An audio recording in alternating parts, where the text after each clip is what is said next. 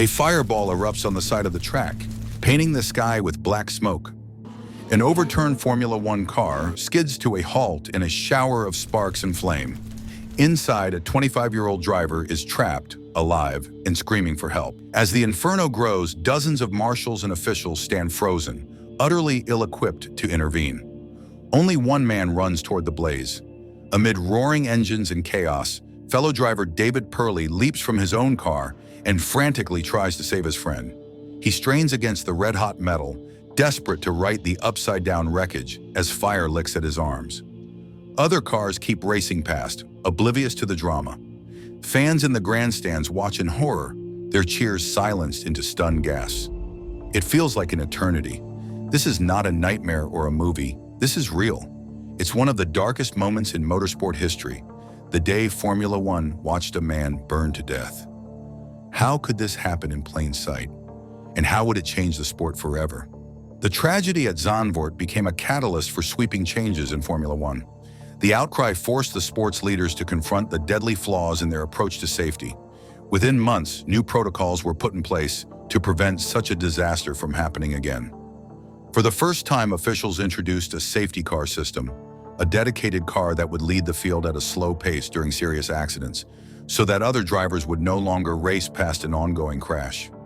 Races would be stopped entirely if needed to give emergency crews immediate access. Track marshals were finally equipped with fire-resistant suits and given proper firefighting training. Circuits upgraded their safety equipment, installing more fire extinguishers and positioning emergency vehicles for quicker response. Communication between corner workers and race control was improved to ensure no delay in reacting to crashes. Bit by bit, Formula One began to shed its laissez-faire attitude toward danger. July 29, 1973. Race day at the Dutch Grand Prix in Zandvoort. The Zandvoort circuit was a fast track snaking through the coastal sand dunes, famous for its high-speed corners and unpredictable winds. That afternoon, under a bright summer sky, tens of thousands of fans packed the grandstands, buzzing with anticipation. On the starting grid, engines growled like caged beasts. For Roger Williamson, it was only his second Formula One start. He was nervous but excited, determined to show he belonged at this level. David Purley was a few rows behind him, eager to fight his way forward. When the red lights went out, the race roared to life. The first laps flew by in a blur, each driver dancing on the edge of control. Roger quickly found his rhythm. By the 8th lap, he was running solidly in the midfield, just ahead of Purley. The two British drivers sped through Zandvoort's sweeping turns, Roger beginning to push the limits of his march as he chased the cars ahead. But lurking around the next bend was a disaster no one saw coming. In a split second, the cheers turned to screams. For over 2 minutes, David Purley fought alone against the flames. Inside the cockpit, Roger's cries grew weaker as thick smoke filled his lungs. Still, Purley did not give up. Finally, after what seemed like an eternity, a fire truck arrived at the scene. By then, the fire had done its worst.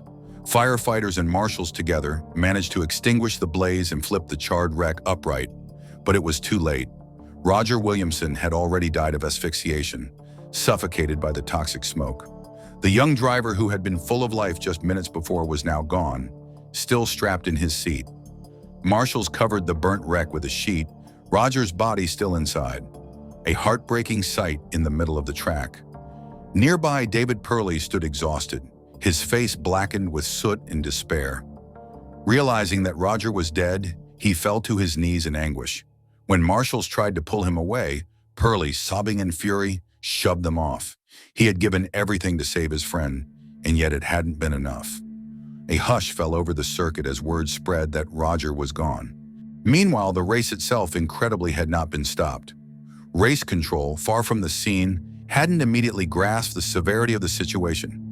Yellow flags waved, but cars continued to speed past the accident. Many drivers assumed Purley was dealing with his own car's fire and that no one was trapped, so they carried on racing. It was unbelievably dangerous. Purley himself was inches from the live track, risking being hit by another car at any moment. But he refused to back off. He kept struggling with the car, shouting Roger's name as his eyes stung with smoke and tears. Spectators were beside themselves, screaming at the marshals to do something. It was a nightmare in broad daylight. A man was burning alive while an entire racetrack was paralyzed by confusion and fear. Even decades later, the story of Roger Williamson and David Purley remains one of Formula One's most poignant legends. Roger is remembered as the great talent who never got the chance to reach his potential. A young man who might have been a champion had fate not intervened. A bronze statue of him stands at Donington Park in England, and a memorial at Zandvoort honors his memory. His name has become synonymous with the lessons learned from disaster. David Purley's heroism, too, is etched in F1 history. Though he never stood on a Formula One podium, he earned something more enduring: the respect and admiration of the racing world. Brave Dave, as he came to be known, showed what true courage and sportsmanship meant on that terrible day. To this day, fans recall how he put his own life on the line for another. In this volatile environment, two British racers were eager to make their mark. Roger Williamson was 25, a bright-eyed talent fresh off back-to-back Formula 3 championship titles. He had a charming, boyish smile off the track, but under his helmet he was ferociously fast and fearless. Many believed he could be a future world champion. In 1973, he got his big break with the March Formula One team. This Dutch Grand Prix was only his second F1 race, and he was determined to prove he belonged among the elite. Most drivers only learned after the checkered flag that it was Roger in the flames, and that he had died while they continued to race. In the pits, tears and anger mixed with shock. How had this been allowed to happen? In the days that followed, disbelief turned into a firestorm of outrage. The world had seen the horrifying footage of Purley fighting the flames alone, while a young driver died in plain sight. Fans and journalists demanded answers. The race organizers offered feeble excuses. They even claimed Williamson died on impact, in an attempt to dodge blame. But everyone knew the truth. Roger had been alive, and no one came to help in time. The glaring questions: why wasn't the race stopped immediately? Why were the marshals so unprepared? Had no good answers.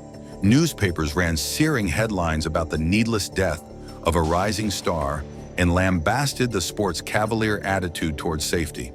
The culture among drivers changed as well. David Purley's bravery set an example that no one forgot. Drivers became more willing to stop and help in an emergency rather than assume someone else would handle it. Just 3 years later, when Niki Lauda's Ferrari burst into flames at the 1976 German Grand Prix, several drivers immediately pulled over and dragged Lauda from his burning car, a life-saving response that reflected lessons learned since 1973. Throughout the late 1970s and beyond, the number of fatal accidents gradually fell as safety became a paramount concern. On that 8th lap, as Roger Williamson barreled down a high-speed section of the track, fate struck without warning. A front tire on Roger's car blew out. One moment he was in full control. The next his car was veering violently right. At over 270 kilometers per hour, there was no time to react. The red March slammed into a guardrail, which had been poorly secured in sand instead of concrete, and now acted like a ramp. In an instant, Roger's car was launched into the air. It flipped end over end before crashing back to earth upside down.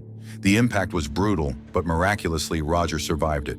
The car skidded along its roof, throwing sparks, before finally grinding to a halt at the edge of the track. As it came to rest, fuel poured out and instantly ignited. Within seconds, the car was engulfed in a hellish blaze. Inside the cockpit, Roger was alive and conscious, amazingly unhurt by the crash itself. But he was trapped upside down, soaked in fuel, and the fire was spreading fast. Within the racing community, the anger was just as intense. Two former champions, Denny Hume and Mike Halewood, admitted they felt ashamed for not stopping their cars when they saw the fire, even though they hadn't understood what was truly happening. It was clear that the system had failed utterly. At the same time, David Purley was being hailed as a hero. In a sport of fierce rivalries, his selfless act was extraordinary. He was widely praised for risking his life to save a fellow driver. The British government later awarded him the George Medal for bravery, an honor usually reserved for wartime heroism. Purley remained humble. He admitted he was frustrated the race hadn't been stopped, but he also understood why the marshals were afraid to approach the flames without protection. He had done everything one man could do, and the world acknowledged it. Purley yelled for help, frantically beckoning to the corner marshals who had crept nearer. But the marshals were terrified. They had no fireproof clothing or training for an inferno like this. They hung back, watching in horror as the fire raged. Purley didn't hesitate. He snatched a fire extinguisher from one of the marshals and raced back to the wreck. He sprayed foam over the flames, but it barely made a dent. The extinguisher emptied quickly, and the fire roared on. "Come on, help me!" he shouted, pleading for someone, anyone, to join the fight. He might as well have been shouting into a void. None of the marshals dared get closer to the searing heat. Precious seconds ticked by, and Purley was still alone in his battle against the flames. In the early 1970s, Formula One was a different world. Faster, looser, and far more dangerous. Drivers pushed the limits of speed, but safety lagged far behind. Cars were absurdly fast and unforgiving, and the circuits were often little more than asphalt ribbons lined with flimsy guardrails or even trees. There were virtually no runoff areas, and barriers sometimes did more harm than good. Every race was a high-stakes gamble with death. Fans and drivers alike accepted that crashes were part of the spectacle. In that era, seeing a car flip and catch fire wasn't unheard of. It was almost expected. Safety regulations were minimal, emergency response was painfully slow, and marshals were often just untrained volunteers with a fire extinguisher in hand and no protective gear. The thrill of racing pressed on, and the warnings went unheeded. It was only a matter of time before the next disaster struck, and it would strike in a way that exposed just how unprepared the sport truly was. David Purley, 28, had taken a very different path to the same grid. He was a former Army paratrooper, fearless by nature after risking his life in military service. He didn't come from a traditional racing background, but he scraped together his resources to field his own car under the banner of LEC Racing. What he lacked in top equipment, he made up for with grit and determination. Though Roger and David were competitors in similar March cars, they developed a close camaraderie. Both were English underdogs up against the powerhouse teams, and they respected each other deeply. They had become friends off the track, bonding over their shared dream of success in Formula One. Neither imagined that this friendship would soon be tested in the most horrific way. Ultimately, the day Formula One watched a man burn to death became the day the sport could no longer ignore change. Roger Williamson's death and David Purley's courage shook F1 to its core. The safety improvements that followed have saved countless lives in the decades since. But those improvements came at a terrible price. Safety in Formula One was written in blood. On July 29, 1973, it was Roger's blood that forced the sport to change. The image of David Purley, alone against an inferno while cars raced by, is forever etched in Formula One's memory, a haunting reminder of both the worst and the best of that sport. Sometimes it takes a horrific tragedy to spur essential reforms. The day F1 watched a man burn to death is a day the sport will never forget, and never should. From the ashes of that dark moment, a safer future emerged.